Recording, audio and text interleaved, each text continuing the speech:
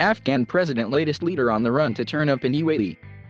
Afghanistan's president, driven out by the Taliban, is the latest leader on the run to turn up in the United Arab Emirates. Others who found refuge here include Spain's disgraced former king and two Thai prime ministers.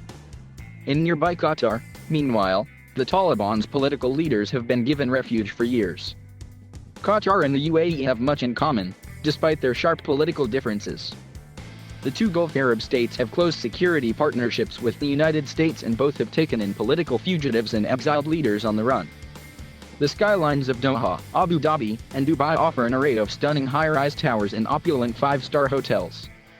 Man-made coastlines provide reclusive, palatial waterfront properties, plenty of options for political exiles looking for privacy and a place to park their money.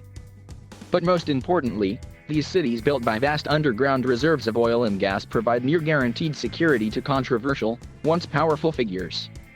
Iris scanning technology at the airport, untold numbers of security cameras, and widespread surveillance helps ensure protection, as does an autocratic grip on power. It's perhaps why Afghan President Ashraf Ghani surfaced in Abu Dhabi after the Taliban swept into Kabul on Sunday, and why the Taliban's political leaders have for years resided in Qatar.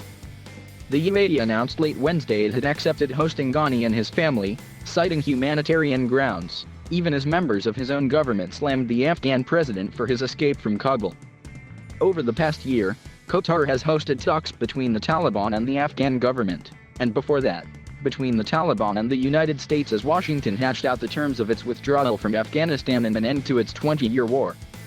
Top Taliban political leader Mullah Abdul Ghani Baradar returned to Afghanistan this week from his residence in Qatar. The role the UAE and Qatar have played as hosts to wanted politicians and top figures gives them potential leverage, political chips that can be played or held for a later date. Qatar has positioned itself as the go-to mediator with the Taliban.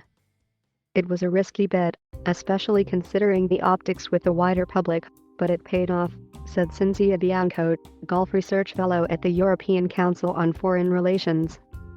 Now, Qatar is well positioned to be the first contact point for regional and international players who want to explore the possibility of engaging with the Taliban without compromising themselves, she added.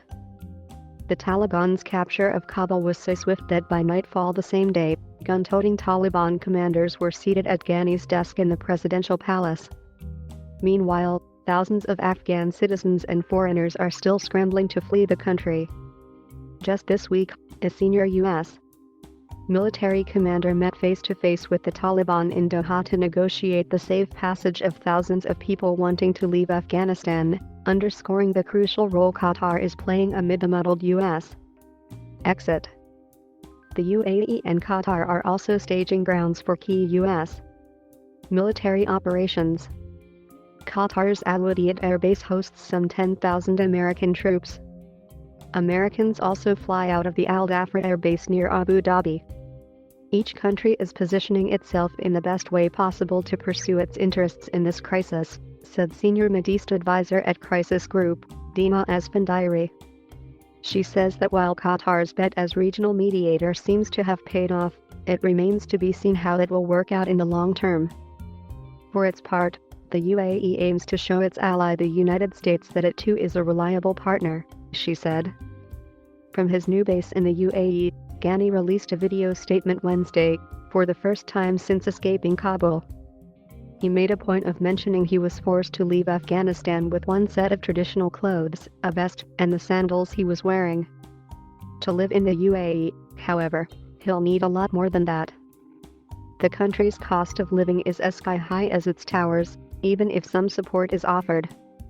Afghanistan's ambassador to Tajikistan accused Ghani on Wednesday of stealing $169 million from state coffers and said he'd call for his arrest via Interpol.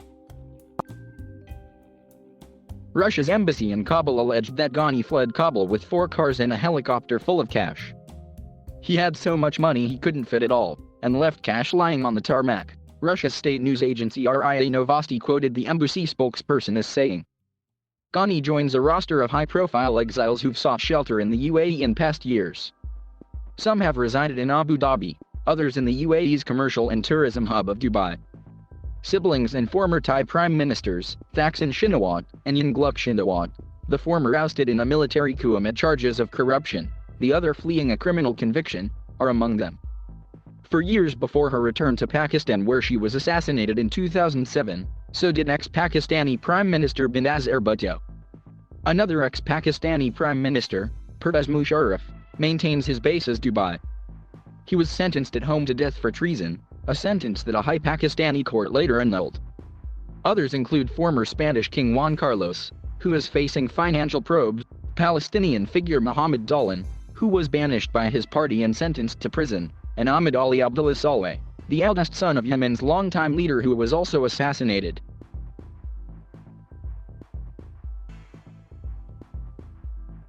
Thank you for watching. Please subscribe.